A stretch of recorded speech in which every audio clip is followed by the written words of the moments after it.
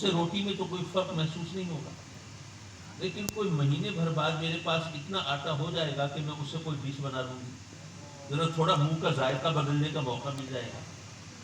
تو انہوں نے اس ترکیب کے مطابق ایک وقت کے کھانے میں 2 چٹکی آٹا بچانا شروع کر دیا۔ کوئی مہینہ بھر گزرا تو اتنا ہو گیا کہ اس سے سویٹ ڈش، کوئی میٹھا تیار ہو سکتا ہے۔ اب انہوں نے جناب میٹھا تیار کر کے دسترخوان پہ رکھ دیا۔ اب سوچ رہی ہیں کہ میرے شوہر آئیں گے، دسترخوان پہ میٹھا دیکھیں گے تو خوش ہوں گے، اور میرے سگھڑ ہونے کی وہ داد دیں گے، مجھے شاباش ملے گی اور مجھے ان سے دعائیں ملیں گی۔ صدیق اکبر آتے ہیں، دسترخوان پہ میٹھا ہے۔ اچھا، کسی پڑوسی نے بھیجا ہے؟ نہیں۔ کسی عزیز رشتے دار نے بھیجا ہے؟ نہیں۔ پھر یہ کہاں سے آیا؟ تب ان کی اہلیہ بڑے فخر سے بتاتی ہیں کہ یہ کارنامہ میں نے انجام دیا ہے۔ ایک وقت کی روٹی سے صرف 2 چٹکی آٹا میں نکالتی تھی، تو 1 مہینے کے بعد اس قابل ہوئی کہ یہ ایک ڈش میں بنا کے آپ کو پیش کر سکوں، ذرا منہ کا ذائقہ بدل جائے گا۔ اب داد ملنے کی بجائے، شاباش ملنے کی بجائے، تعریف و توصیف کی بجائے کیا ہوتا ہے؟ سیدنا صدیق اکبر بیت المال کے امین کو بلاتے ہیں اور کہتے ہیں کہ دیکھو، تجربے سے ثابت ہوتا ہے کہ ہمیں جو راشن ملتا ہے وہ کچھ زیادہ ہے، اسے تھوڑا کم کر دو۔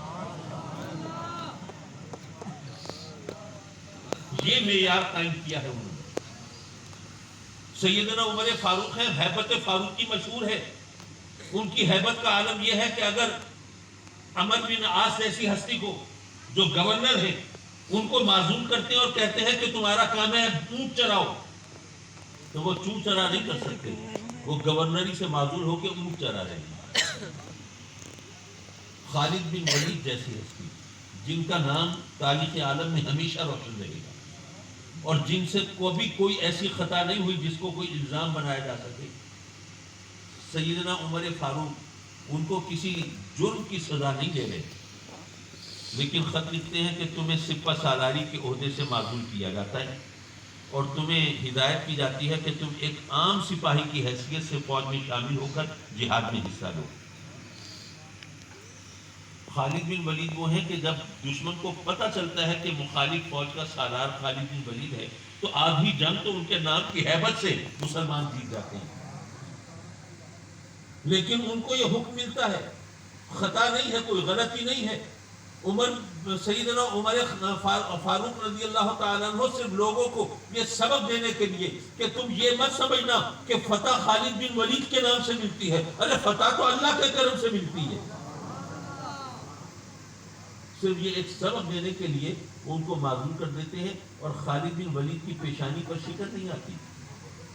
ساتھ ہی جرنیلوں کے ساتھ کوئی مشاورت بھی نہیں کرتے کہ دیکھو جی مجھے کیوں نکالا، کوئی ایسی بات نہیں ہے، بلکہ وہ سیدنا عمر فاروق کے حکم پر اچھا وہ ناراض ہو کے گھر بھی جا کے نہیں بیٹھ جاتے، بلکہ ایک عام سپاہی کی حیثیت سے فوج میں شامل ہیں، اور وہ اس میں ایک کا حصہ ہے اور جہاد میں حصہ لے رہے ہیں۔ اچھا، میں سمجھتا ہوں کہ جہاں تک صدیق اکبر عمر فاروق کی بات ہے، وہ تو ظاہر ہے آپ نے ہزاروں قصے سنے ہوں گے، لیکن سیدنا عثمان غنی کے حوالے سے ذرا ہماری معلومات ذرا محدود ہیں۔ جب میرے آقا کریم ہجرت کر کے مدینہ تشریف لائے تو فرمایا کون ہے جو مسجد کے لیے زمین وقف کر کے جنت میں گھر خریدے؟ تو یہ عثمان غنی ہے جو مسجد نبوی کے لیے زمین خرید کے وقف کرتے ہیں۔ اچھا، یہ پہلی بار مسجد نبوی کے لیے زمین وقف کی جا رہی ہے، پہلی بار۔ جو دوسری بار توسیع ہوئی وہ خود عثمان غنی کے دور میں ہوئی، اور اس وقت بھی انہوں نے اپنے ذاتی مال سے آس پاس کے مکانات خرید کر مسجد نبوی کے نام کیے۔ یعنی بالکل ابتدائی اسلام میں جب مسجد نبوی بنی اس وقت بھی، اور جب اس کے بعد پہلی توسیع ہوئی اس وقت بھی، مسجد نبوی کے لیے زمین عثمان غنی نے دی ہے۔ اچھا، پھر جب مدینے میں مسلمان ہجرت کر کے آئے تو وہاں پانی استعمال کرنے کے لیے ایک کنواں ہے جس کا مالک ایک یہودی ہے، اور ظاہر ہے وہ پانی تو ہر ایک کو چاہیے، من مانی قیمت لگاتا ہے۔ حضرت عثمان غنی گئے یہودی کے پاس، کنواں بیچتے ہو؟ اس نے کہا سونے کا انڈا دینے والی مرغی ہے، کیسے بیچ سکتا ہوں؟ سوری، یہ تو نہیں بیچوں گا۔ آپ نے کہا اچھا چلو آدھا کنواں بیچ دو۔ وہ حیران، آدھا کنواں کیسے؟ کہ اس طرح کہ ایک دن کنواں میرا ایک دن تیرا۔ یہودی نے سوچا کہ یہ عثمان غنی یہ تاجر ہیں، اور ظاہر تاجر ہوتا ہے نفع کے لیے سودا کرتا ہے، تو یہ لگتا ہے کہ یہ ذرا قیمت ذرا بڑھائیں گے، نفع کمائیں گے، تو ان کے مقابلے میں اور قیمت بڑھاؤں گا، کوئی مجھے الزام نہیں دے گا کہ میں اس طرح مہنگا پانی بیچ رہا ہوں، تو ایک دوسرے سے بڑھ چڑھ کے قیمت لگائیں گے، خوب کمائیں گے، تو یہ تو موقع اچھا ہے، چلو آدھا کنواں بیچ دو، لیکن یہ خریدنے پہ تلے ہوئے پورے کنویں سے زیادہ قیمت آدھے کنویں کی لے لو۔ 13,000 درہم پر آدھے کنویں کا سودا ہو گیا۔ اب عثمان غنی نے اعلان کر دیا مسلمانوں کو کہ جو میرا دن ہے اس میں پانی کی کوئی قیمت تم سے نہیں لے گا، جتنا چاہو پانی لے لو۔ اب مسلمانوں نے سوچا کہ بھئی آج کا دن ہے، ہمیں کوئی قیمت نہیں دینی، کل یہودی سے خریدیں گے، بڑا مہنگا پانی ہوگا، تو ہم ایک دن کا پانی سٹور کر لیتے، اس سے اگلے دن پھر عثمان غنی کا دن ہوگا، پھر آگے مفت پانی لے لیں گے۔ اب سارے مسلمان وہ ایک دن کا پانی سٹور کرنے لگے، یہودی صاحب ہاتھ پہ ہاتھ دھرے بیٹھے ہیں، کوئی پانی خریدنے نہیں آتا۔ اس نے کہا میں نے تو بڑا خسارے کا سودا کر لیا، پھر آدھا کنواں بھی بیچ دیا، اور عثمان غنی نے وہ پورا کنواں خرید کر مسلمانوں کے لیے وقف کر دیا۔ پھر جب غزوہ تبوک کے لیے جب پتہ افواہ اڑی یا کوئی خبر ملی کہ جی روم کے عیسائی جو ہیں وہ حملہ کرنا چاہتے ہیں مسلمانوں پر، تو آپ نے کہا کہ ہم یہاں مدینے میں بیٹھ کر انتظار کریں، تو یہ نقصان کی بات ہے، ہمیں جا کر خود ان کی سرحدوں پر ان کا مقابلہ کرنا چاہیے، ان کو پتہ چلے ہم گئے گزرے نہیں ہیں۔ 3,000 سوار، معاف کیجیے 30,000 سوار اور 10,000 پیادے، 30,000 سوار 10,000 پیادے یہ تیار ہوئے۔ لیکن اتفاق سے زمانہ وہ ہے جب مسلمان بڑی اسرت میں ہیں، غربت میں ہیں، اب یہ اتنی بڑی فوج کا خرچہ کہاں سے آئے؟ تو وہ موقع تھا جب آقا کریم صلی اللہ علیہ وسلم نے آج کی زبان میں یوں کہیے کنٹریبیوشن کے لیے، چندے کے لیے مسلمانوں سے اپیل کی، اور آپ نے سنا ہوگا کہ عمر فاروق آدھے گھر کا سامان اٹھا کے لے آئے، اور سیدنا صدیق اکبر وہ پورا گھر لیا حاضر ہیں۔ یہ سارا یہ غزوہ تبوک کا موقع ہے۔ اب ظاہر ہے کہ آدھا گھر سارا گھر یہ بہت بڑی بات ہے، لیکن بہرحال وہ کوئی اتنے بہت دولت مند تو نہیں تھے کہ بہت بڑی رقم ہوتی۔ عثمان غنی کا ایثار کیا ہے؟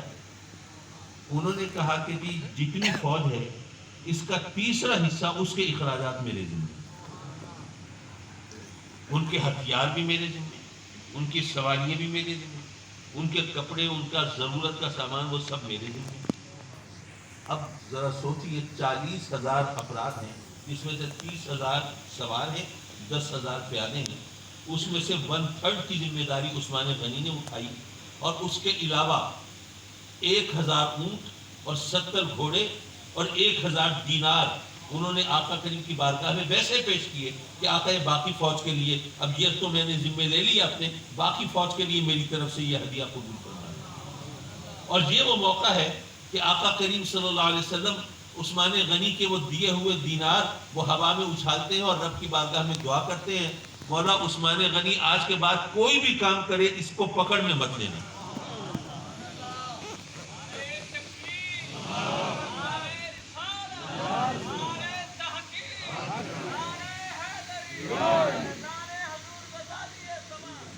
معاف کیجیے، میں بتانا یہ چاہتا تھا کہ یہ عثمان غنی جب یہ خلیفہ بنتے ہیں، اچھا ان کے خلیفہ بننے کا معاملہ وہ بھی چلیے سناتا چلوں، کچھ آپ کی معلومات میں اضافہ ہوگا۔